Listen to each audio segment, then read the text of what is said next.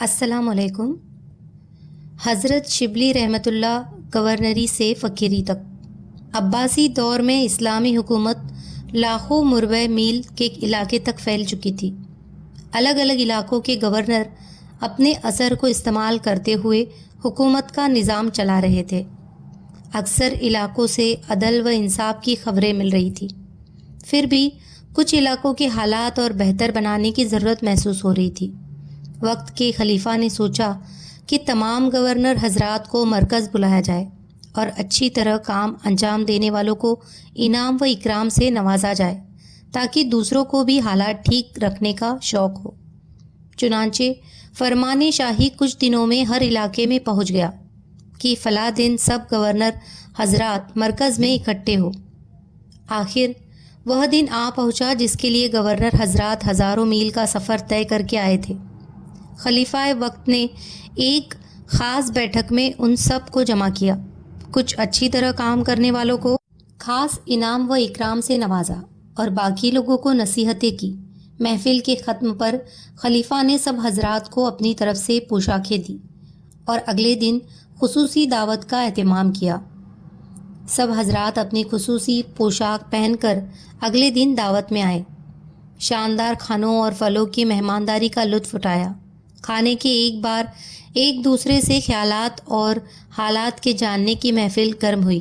سب لوگ بہت خوش تھے۔ خلیفہ وقت کی خوشی بھی اس کے چہرے سے جھلک رہی تھی۔ ٹھیک اسی وقت ایک گورنر کو چھینک آ رہی تھی اور وہ اپنی قوت سے دبا رہا تھا۔ تھوڑی دیر کی کشمکش کے بعد گورنر کو 2-3 چھینکیں اکٹھی آئی۔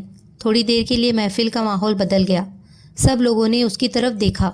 چھینک آنا ایک طبیعتی چیز ہے، مگر جس گورنر کو چھینک آئی وہ شرم محسوس کر رہا تھا کیونکہ اس کی ناک سے کچھ مواد نکل آیا تھا۔ جب سب لوگ خلیفہ کی طرف متوجہ ہوئے تو اس گورنر نے موقع غنیمت جانتے ہوئے اپنی پوشاک کے کونے سے ناک کو صاف کر لیا۔ اللہ تعالیٰ کی شان کہ ٹھیک اسی لمحے خلیفہ وقت اس گورنر کو دیکھ رہا تھا۔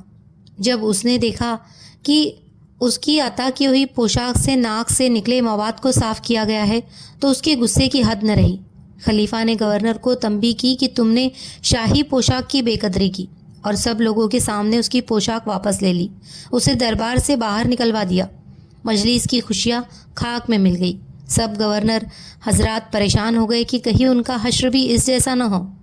سمجھدار وزیر نے موقع کی نزاکت کا خیال کرتے ہوئے خلیفہ وقت سے کہا کہ آپ محفل ختم کر دیں۔ لہٰذا محفل ختم ہونے کا اعلان کر دیا گیا۔ سب گورنر حضرات اپنے ٹھکانوں کی طرف لوٹ گئے۔ دربار میں خلیفہ اور وزیر باقی رہ گئے۔ تھوڑی دیر دونوں حضرات خاموش رہے اور اس ناپسندیدہ واقعے پر افسوس کر رہے تھے۔ تھوڑی دیر بعد دربان نے آ کر خبر دی کہ نہاوند کے علاقے کا گورنر اندر آنے کی اجازت چاہتا ہے۔ خلیفہ نے اندر آنے کی اجازت دے دی۔ گورنر نے اندر آ کر سلام کیا اور پوچھا کہ چھینک آنا اپنے قابو کی بات ہے یا قابو سے باہر کی بات ہے؟ خلیفہ نے سوال کی نزاکت کو بھانپ لیا اور کہا، تمہیں ایسا پوچھنے کی کیا ضرورت ہے؟ جاؤ اپنا کام کرو۔ گورنر نے دوسرا سوال پوچھا کہ جس آدمی نے شاہی پوشاک سے ناک صاف کی اس کی سزا یہی لازمی تھی کہ بھرے دربار میں ذلیل کر دیا جائے یا اس سے کم سزا بھی دی جا سکتی تھی؟ یہ سوال سن کر خلیفہ نے کہا کہ تمہارے سوال سے محاسبے کی بو آتی ہے۔ میں تمہیں تنبیہ کرتا ہوں کہ ایسی بات مت کرو ورنہ پچھتاؤ گے۔ گورنر نے کہا، بادشاہ سلامت، مجھے ایک بات سمجھ میں آئی کہ آپ نے ایک شخص کو پوشاک پہنائی اور اس نے پوشاک کی ناقدری کی تو آپ نے بیچ دربار اس کو ذلیل و رسوا کر دیا۔ مجھے خیال آیا کہ رب کریم نے بھی مجھے انسانیت کا لباس پہنا کر دنیا میں بھیجا ہے۔ اگر میں نے اس لباس کی ناقدری کی تو اللہ مجھے بھی روز محشر اسی طرح رسوا کر دے گا۔ یہ کہہ کر اس نے اپنی پوشاک اتار کر تخت پر پھینکی اور کہا کہ میں انسانی لباس کی قدر کروں تاکہ محشر کی ذلت سے بچ جاؤں۔ گورنر یہ کہہ کر اور گورنری کو لات مار کر دربار سے باہر نکل گیا۔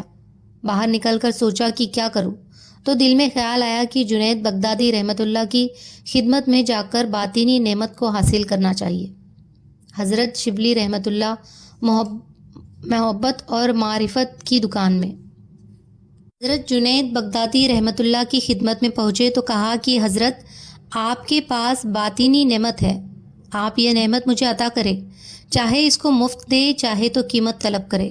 حضرت نے فرمایا کہ قیمت مانگے تو تم دے نہیں سکو گے، اور اگر مفت دے تو تمہیں اس کی قدر نہیں ہوگی۔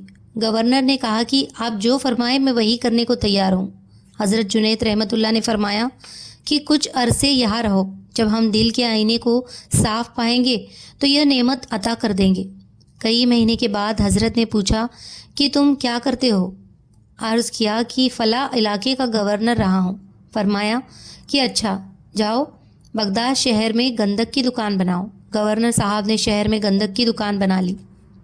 ایک تو گندک کی بدبو، دوسرے خریدنے والے عام لوگوں کی بحث بازی۔ گورنر کی طبیعت بہت کھینچتی۔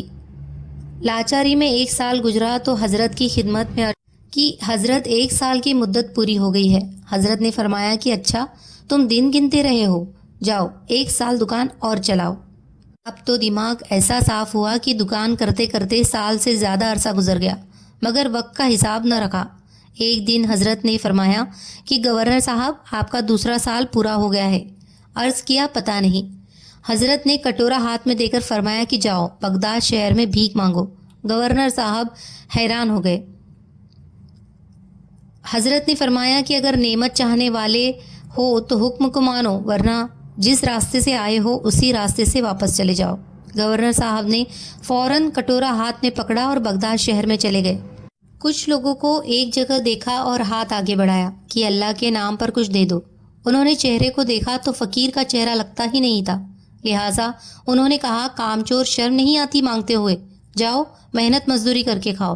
گورنر صاحب نے جلی کٹی سن کر غصے کا گھٹ پیا اور قہر درویش برزان درویش والا معاملہ۔